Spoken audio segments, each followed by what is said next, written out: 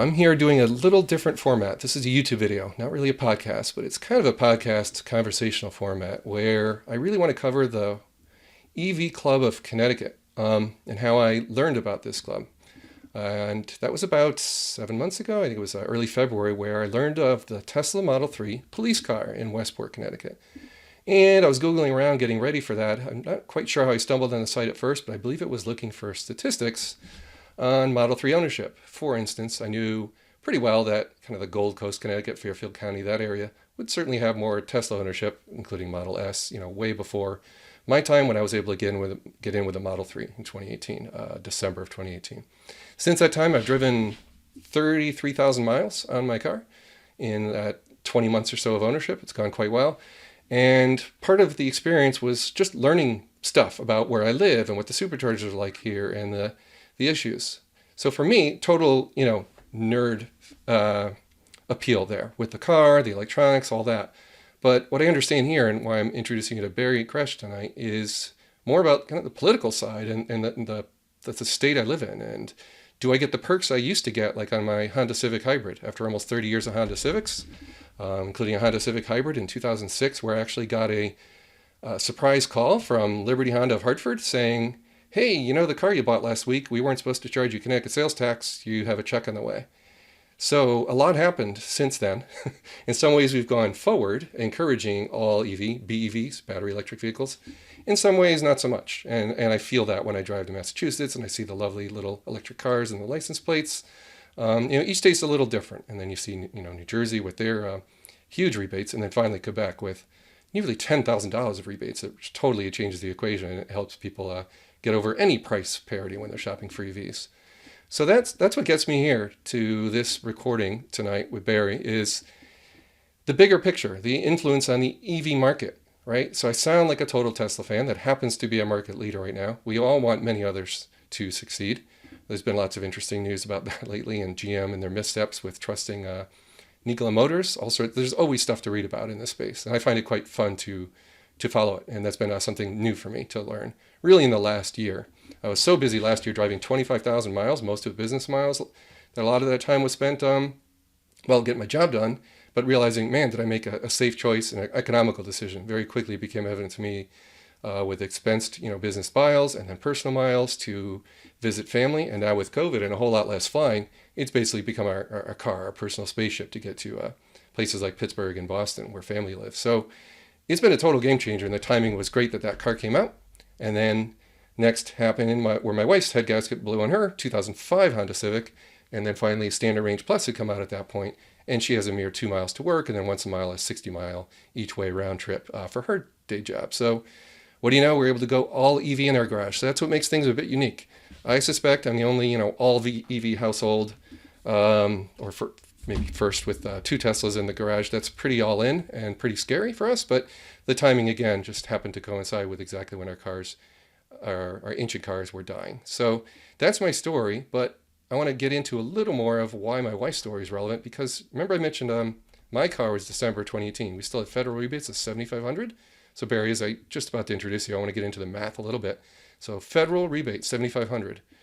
When April came, my wife and I would have owed $7,500. So we were very glad and relieved to break even that April of 2019.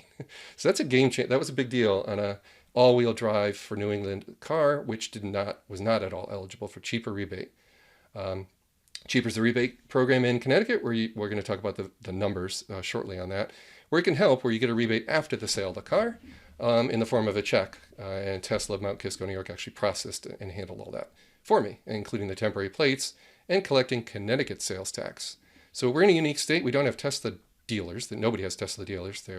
They're delivery points or service rooms. We have a Tesla Milford Service Center. And I'm mentioning that because it's kind of like Texas, where we're a bit tougher to buy your car. You got to go out of state to pick it up. Not a big deal. I had to drive an hour to pick it up, and they did all the paperwork. So for my wife, not only was there a little bit of federal rebate, I think it was $1,850 was the math at the time for federal, but also the CHEAPR rebate because her car came in under the 40,000 clip level, and that's the average price of American car, right around 36 to 38,000 right now. So that's the point here. I came in a family trying to go all EV where there's no way Model S or Model X would ever be in the cards for us. This was replacing Honda Civics, and it was still a financial success. I can say that with confidence now, owning the car for 20 months and 33,000 miles. So with that, I want to introduce you to Barry, who I met at the EV Club of Connecticut, which was called Westport Electric Car Club. Barry, if you can tell us a little bit about you, your involvement with the website, and how you crank out the content of the website. But how did you get involved? And then how did the Model 3 Westport Police event come to be? I got involved with the club in 2012. It's when I bought my first plug-in vehicle, which was a Chevy Volt, a Gen 1 Chevy Volt. And there was a little ceremony because the town had installed solar panels on the roof of one of the train depots in town, along with 4 level 1 charging stations that were powered by that roof. And that was all coordinated with what at the time, as you said, was called the Westport Electric Car Club. And the person who founded the club, a fellow by the name of Leo Serino, who's retired and not so much in the picture anymore. But I came to know him at that event, and I got involved in the club, and that was how it started. The website started a few years later when Leo stepped down as president of the club, and we became the EV Club of Connecticut. And we just felt that we needed to broaden our reach if we were going to be able to have any kind of impact on reaching the goals that had been set forth in the Zero Emission Vehicle Memorandum of Understanding that the state has signed. Now, these are goals and they're not laws, but those goals would have us reach 150,000 EVs on the road by 2025 and 500,000 by 2030. And along with that, I assumed most of the responsibility for working on the website. So I was already doing the data analysis, and I started up the blog, and it just became my project for the club. And at the club, we characterize our mission as evangelizing, which we do through presentations or through EV showcases or ride and drives, education, advocacy. We go up to Hartford and testify and interact regularly with state, municipal, and occasionally federal legislators. And then, of course, we track and analyze adoption data or data from the CHEAPR incentive program or whatever data we can get our hands on that we think is useful. And then finally, we try and be a helpful assistant for people who are thinking about going EV, and which means being a resource for them, answering questions for them about the different models.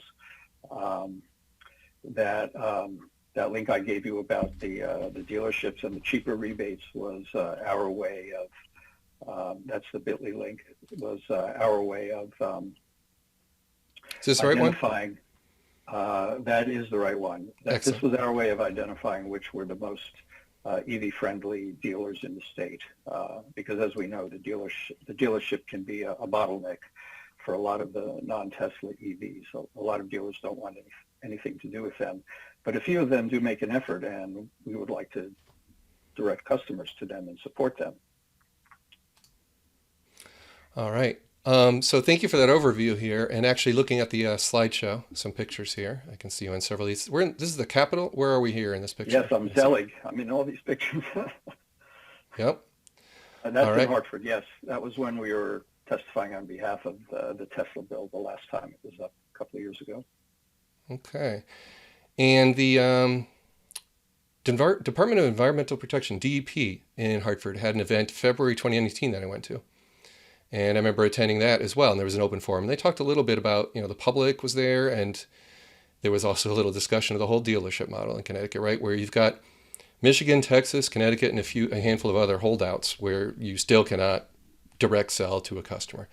That's not so much my focus tonight, but that's definitely a political kind of hot potato. And as Tesla's now moving into Texas, I imagine Texas will be resolving that soon enough as they try to crank out Cybertrucks by the end of 2021. We'll see. I also read that they may be making progress with Michigan. Yep. The paperwork and the stuff people go through in Michigan's pretty awkward. I agree. I read some of the posts that there's been some improvement in that area. All right. The other thing to keep in mind, though, about having to Sure. go out of state is that they direct all their customers to do the pickup at Mount Kisco, New York. So even if you live in New London, you can't go to the Rhode Island store. You have to go to Mount Kisco. Yeah, There's really good point. And I have 8 there's a lot of referrals. state level laws. I'm sorry. Yeah, sorry, go ahead. I was just saying there's a pretty complex web of interacting state level laws that impose all these restrictions upon people who all they want to do is buy a car that's good for the environment.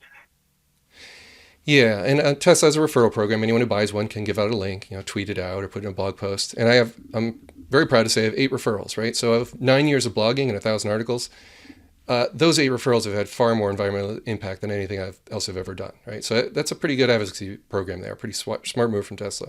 But I did notice some bumps in the road. The early 2019 folks in Connecticut, they'd be directed to go pick up their car in Needham, Mass. And then Needham would say, well, you can pick it up here, but you'd be paying tax here in Connecticut. It was a no-go. That happened twice to 2 people that kind of reached out to me and were a little curious. So that's all ironed out now. By the time we bought the second Model 3 in December of 2019, a very smooth experience. Like I said, they did the out-of-state plates, they handled the CHEAPR rebate, and that just showed up. So it's gotten better. But I would say Tesla doesn't have like a public blog post or something explaining exactly what it's like to buy a car from Tesla in Connecticut. Now, Barry, people who like way back 2012, 2013, early Model S days, and other actually Chevy Bolt, you said, yeah, I mean, super thankful to folks like you that really stuck your neck out when it was a lot riskier in the earlier days. Could you take us through what you're driving back then versus now, if you don't mind? Well, we had a good experience with that Chevy Volt, and so when it came time to replace my wife's car, she got one also. So we were driving 2 Volts, and my hedge when I got the first one was that I leased it. It had been a very long time since I owned a GM car, and my experiences many years ago weren't great. The Volt turned out to be a good car. I really never had any problems with it. So when that lease ended, I purchased a Gen 2 Volt. So I still have that. And then when the lease on my wife's Volt ended, we bought it. So we're driving a Chevy Tesla. Yeah. Wait, what month and year did you buy that Tesla? Do you remember the Model 3? We bought it in December of 2019. So we got the final tranche of the incentive for buying a plug-in hybrid, which today would be $500. So the cap is 42 right now. It had been 50, and when the program was first launched, it was 60. So it's been changed a number of times. And another disadvantage with respect to CHEAPR and Tesla versus other cars is that if you are a Connecticut dealer, they can use an API to tie directly into CHEAPR. So the customer actually gets to the rebate at the point of sale. It's very convenient for that from that perspective. And there's the value you said, 42 for the battery electric vehicle, but we're down to 1,500, right? That's not a huge incentive compared to, say, New Jersey and other states. You and I, while we were chatting, and actually, if you could talk about that a little bit. So the CHEAPR program, what's going on lately with the program, and maybe tell us about that board meeting you and I got to listen to, and you participated in actively last week, I believe it was. So the CHEAPR standards that you have on the screen now with the MSRP cap of 42,000 and the highest rebate for a BEV that has a long range of 1,500 has been in place since October of 2019. Before 2019, the max rebate was $2,000 for a long-range BEV, and the MSRP cap was 50,000. And they say that they had to lower the incentives because they were concerned about running out of money, and that the public act that you have on the screen there, 19117, didn't kick in until January of 2020. And the funding was a little bit of a patchwork coming from brownfield settlements and some other things. And they were giving out quite a lot of rebates. The program has been a success, or was a success at that point. They were concerned that there would be a disruption, that people could buy a car in October and November, and they'd have to wait until January to get their rebate check, and then that would deplete some of the funds for the current year. So they lowered them, but then they never raised them back. And they restructured themselves, so as opposed to being strictly a DEEP program, there is now a quasi-independent board. DEEP has a pretty big footprint on it, and administratively it still lives within DEEP, but nonetheless they treat it as a new construct. And don't ask me what the logic is behind this, but they kind of left it to themselves to get organized, and they had to wait till they had a quorum. And so they just haven't gotten around to addressing what kind of changes they're going to make in the program until only recently. There was one meeting in January, and then there wasn't another meeting until July. And then they've been going on a monthly frequency since then to discuss the proposals and ask their consultant to do some scenario modeling. And so that leaves us where we are now, which is that they still have not voted on the new proposals. And the new proposals leave the 42K MSRP cap and the current incentives in place, which we at the EV Club don't agree with. And they add a supplemental incentive for lower and middle income purchasers. This would be an income verified incentive. It would be $50,000 for an individual and $75,000 for a family. So we do agree with that. They also have a proposal for an incentive for used EVs that would be restricted to this means testing lower middle income threshold. And there's still a fuel cell incentive. Now that incentive has been in place since the beginning of the program. I believe that in the federal tax credit, they dropped fuel cell either in 2017 or 2018. I can't remember which. But Connecticut and a number of states do have it. There are a grand total of 3 fuel cell vehicles registered in the state. None of them received an incentive. And as far as we know, you can't buy these cars in the state at present. So it's there, but it's relatively meaningless, except for one utilization of it, which we find to be disingenuous, which is that it gets used as a headline. They will say, we offer incentives up to $5,000, when the fact is they have yet to give one out in 5+ years of the program. The incentives really, for all practical purposes, go up to $1,500.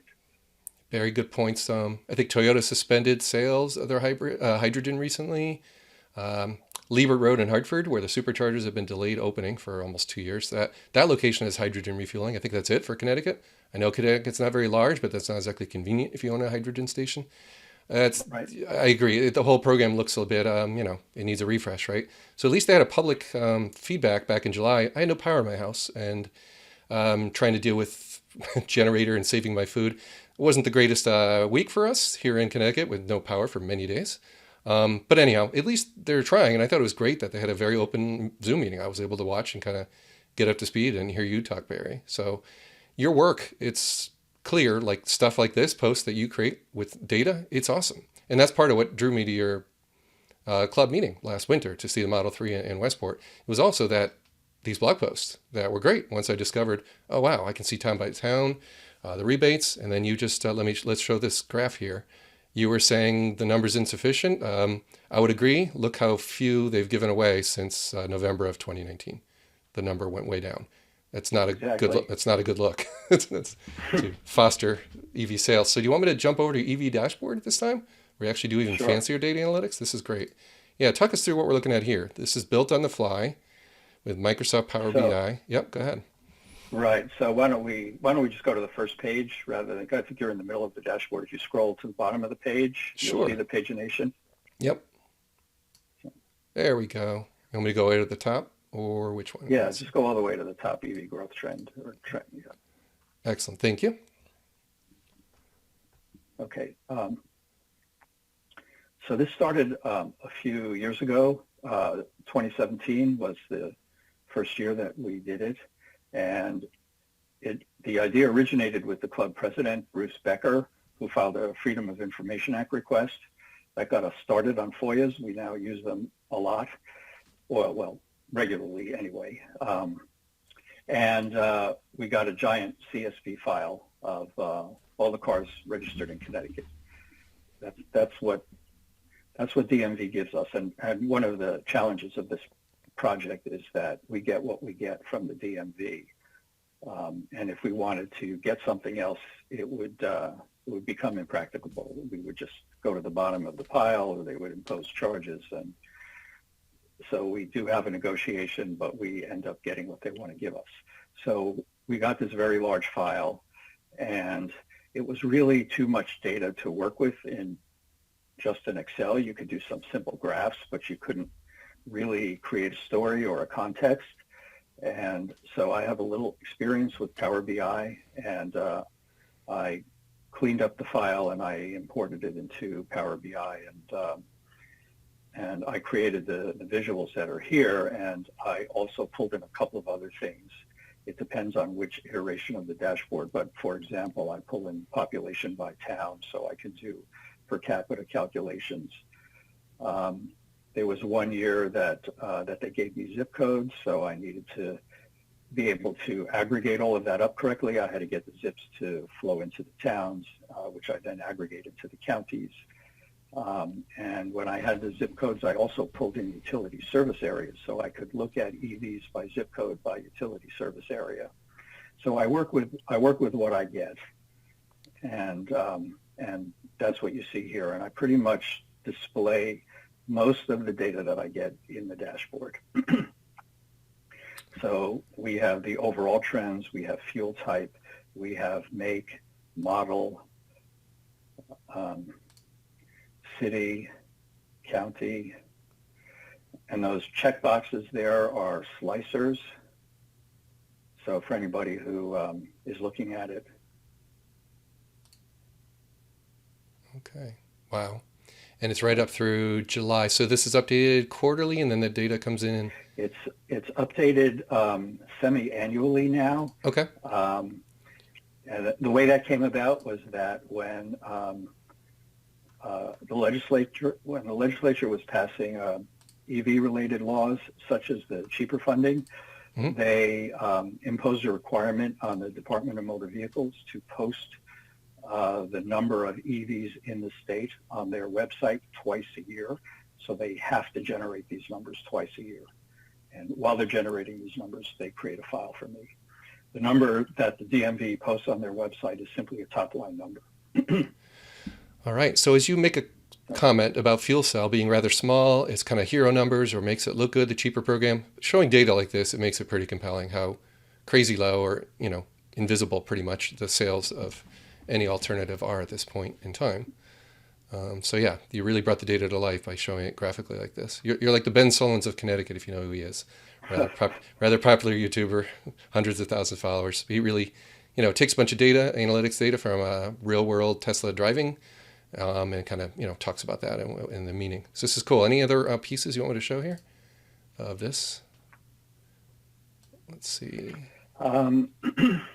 Let me see. Well, because I have it up on my other screen in the authoring tool, so I'm going to bring up county for me to look at it. I like this one. This brings up, much more middle class. There's huge differences in Connecticut, right? Huge salary differences, frankly, depending upon what county you live in.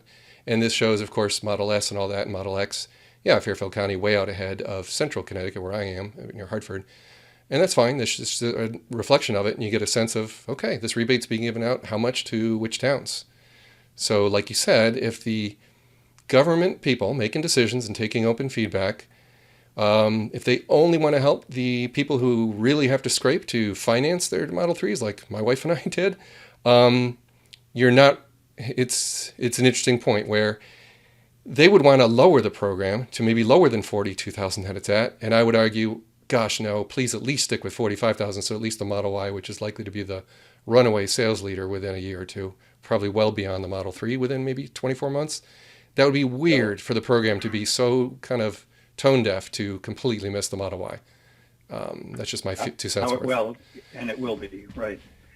Our perspective is, I would say, more similar to yours, which is that we want the program to be concerned with equity, but we also want it to get EVs on the road, and we want it to support the EVs that people want to buy. Right now, that happens to be the Tesla Model 3 and the Model Y. Next year, it could be something else, and we don't really care. We just want to get these on the road because we feel that EVs are contagious, and we need to get the visibility. And so while we're fine with them saying we have to draw a line somewhere, we don't want to be giving a subsidy to someone who's going to spend $100,000 or $150,000 on a Porsche Taycan or something like that. Mm-hmm. You know, we're fine with that, but we really would like to see the program hit the more popular vehicles. Yeah, and this is a very delicate topic, right? It sounds like we're not talking about elitism or exclusivity. We're trying to be reasonably inclusive within reason, is what Barry was just pointing out. If you're looking at a Model Y and you're going to own it for, like, my wife and I are Model 3, we don't have, our sons are grown up, and so we don't use the rear seat that much. A Model 3 is fine, and all-wheel drive is what we needed. If you're looking at owning that thing for 10 years, I would encourage you, if you're listening or watching this, to really consider total cost of ownership. Looking at Camry versus Accord versus Civic, whatever you might own, the numbers are pretty compelling. It's not just fuel, it's maintenance and so forth, and high resale value on Teslas at the moment. So, I mean, those factors, if you're looking at it like a cell phone that you're about to buy for 3 years, you might finance, that's what you need to look at with an EV. The upfront cost will be more. The eventual cost should be less, considerably less in my case, given all the business models I was doing. Getting reimbursed to drive an electric car, holy smokes, compared to a gas car, right? The ratio. And I was used to a, Honda Civic Hybrid. Now, it's a whole different topic to look at people that are coming from BMW and Audi to Tesla. They might be more impressed with, say, the Model S or want a little fancy interior. I know it's not for everyone. I've done open house days and shown my car off at West Hartford's electric vehicle week last summer of 2019. It was wonderful. I'd say 9 out of 10 people were blown away. 1 out of 10, they're used to Audi or BMW, and they sat inside and they're looking for all kinds of chrome and knobs on the dash, and they were unimpressed, and they just moved on. It's fine. That's why we need Ford. The Mach-E? Yeah, Mach-E is one, yeah. The dashboard of the Mach-E looks awful Tesla-like when you look at that. So I brought that one up. But there's Rivian and others for trucks, and then, of course, Cybertruck. So there's so much we could talk about, Barry, but there's a couple other things I want to cover as we start to wrap this up. The Ride the Lightning podcast. I would like to make one point about the dashboard when people are looking at it, because if people look at it quickly, there's a tendency to assume that this is sales, but it's not. It's registrations. So it's a snapshot of the registered vehicles. Okay. So people could have acquired vehicles new, or they could have been used, or they could have moved into the state. However they got the vehicle, this is a snapshot. Okay, thank you. All right, so we talked about Connecticut. We've talked about some, kind of highs and lows and the way the state looks in all of New England, at the neighboring states. New Jersey way ahead. We brought that up kind of at the board meeting with what they do to foster sales and a much higher rebate program from the state. And then if Ford, let's see, if someone buys a Ford or other brands where it's their first $200,000 is it made, they still get a $7,500 rebate. So the future is pretty good. In 2021, 2022 is hopefully many more join the market. And that'll help them, compete with Tesla, who has certainly a technology lead, battery technology, efficiency, all that. All right, and I'm going to mention just driving around in my Model 3 with my wife. This podcast is listened to, I suspect, if not tens of thousands, probably hundreds of thousands of people a week. It's awesome. The guy is very positive. He's not trying to be an unabashed Tesla fanboy. He's just emphasizing the positive aspects of the wonderful things they're doing to try to accelerate the world's transition to sustainable energy. That's the mission of Tesla, not to sell all the cars and put everyone else out of business like normal car companies operate. It's just a little different. And he gets in all kinds of stories. He stumbled into the Westport Model 3 story recently and really told it in a very nice way.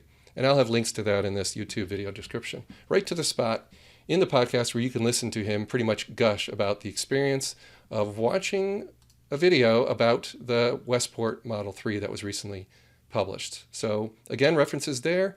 Back to other Connecticut fun stuff coming up. We've got the annual Drive Electric Week. Let me bring that link up. I think we covered the other ones. Let's start with maybe this. Here we go. National Drive Electric Week. So the end of September.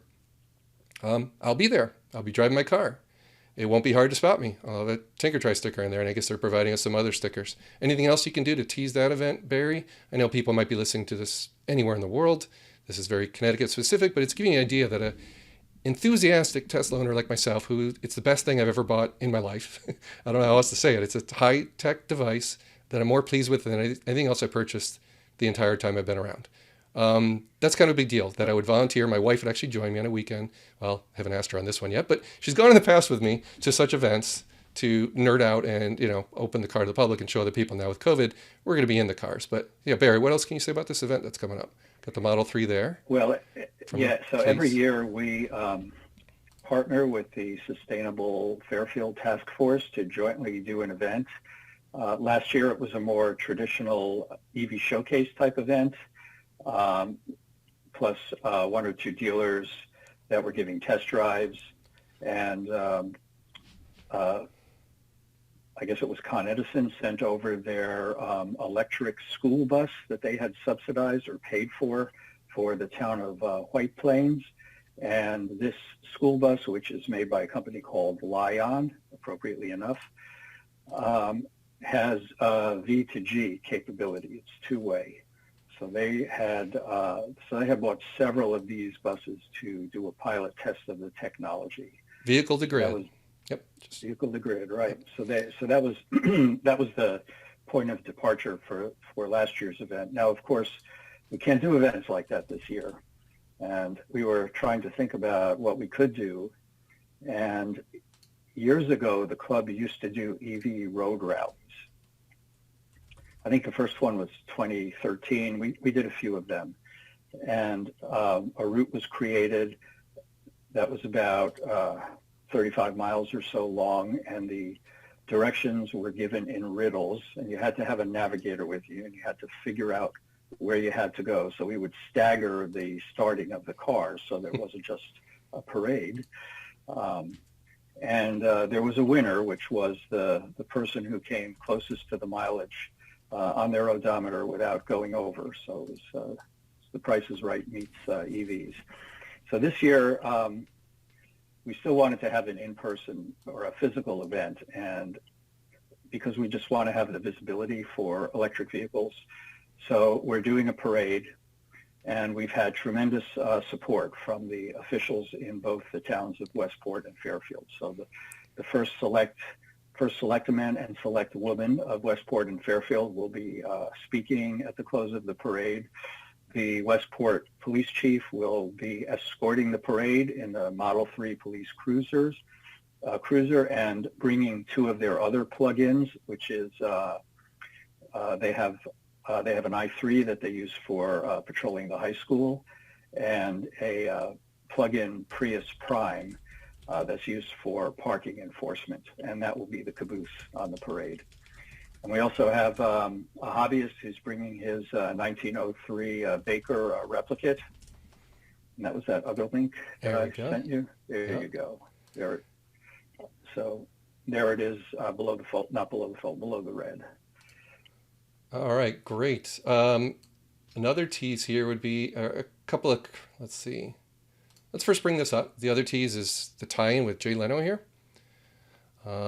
So yeah, you've got an interview coming for members like me where, I just showed up at your winter meeting and then got on your email list. The value of that email list has been wonderful. Getting emails from you that talk about stuff like this, like a way to join an online meeting in here, and to hear that you actually filled the parade. That was the news you had, right? I guess as of today, we learned the parade, all the spots are filled.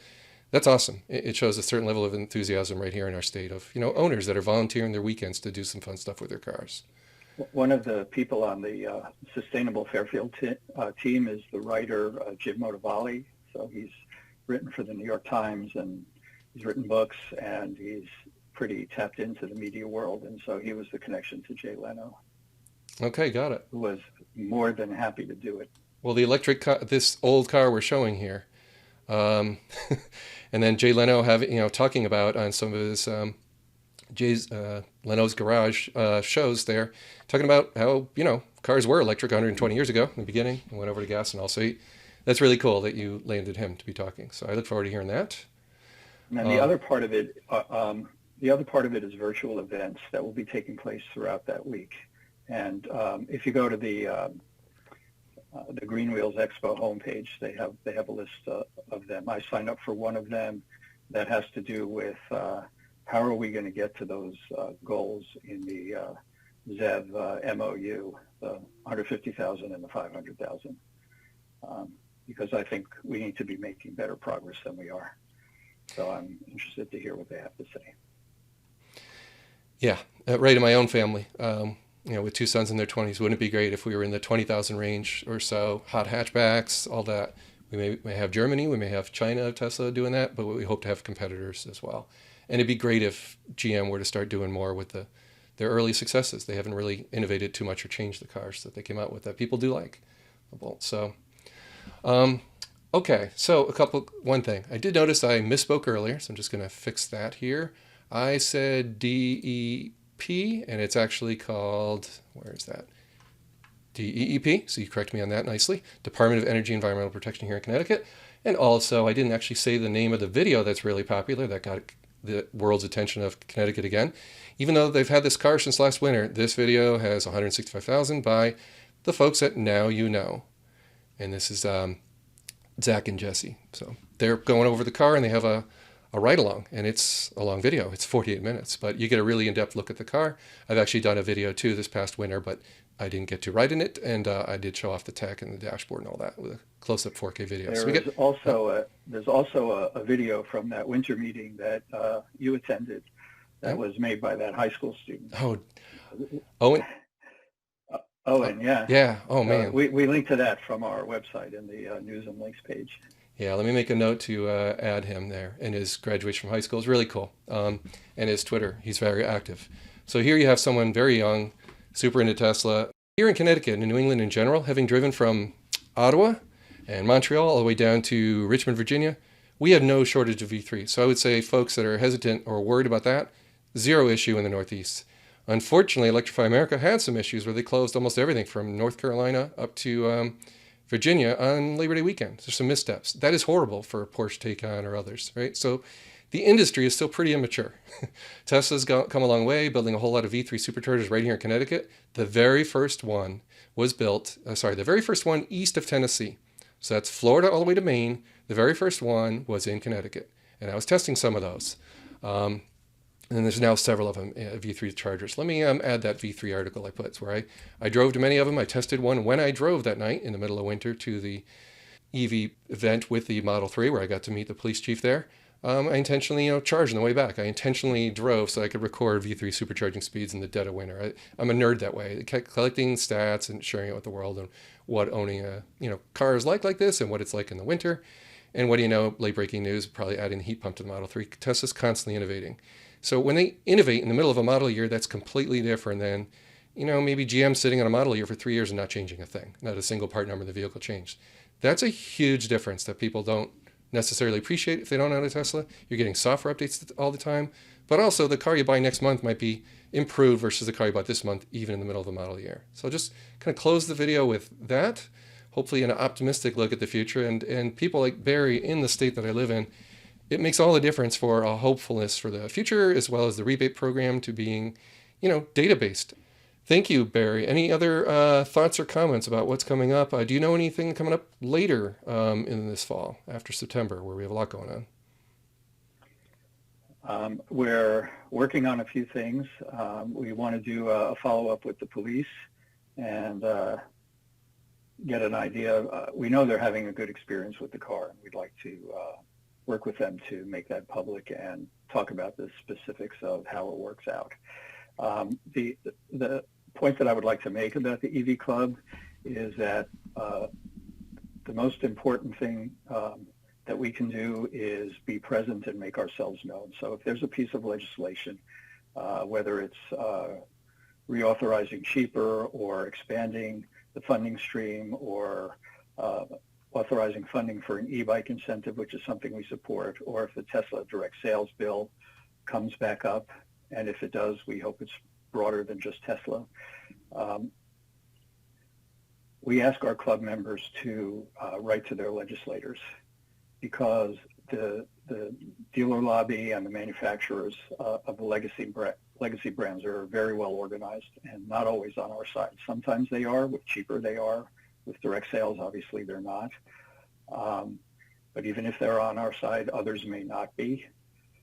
So we use our email list to try and mobilize participation. So you can come to the website, you can sign up to be on the list. It doesn't cost anything. And if we need you, we'll ask for your help. Wow. Thank you very much, Barry, for those closing words. So I do hope CHEAPR gets beefed up and makes our state look, better, or at least much more similar to New Jersey. I know it's a challenge. We're a much smaller state, so it's difficult when you have less tax revenue. I'm aware of all that. I'm becoming more aware of that thanks to you, Barry. So thanks again for spending this time with me and recording this with me. I really appreciate it. You're welcome. All right. Bye for now.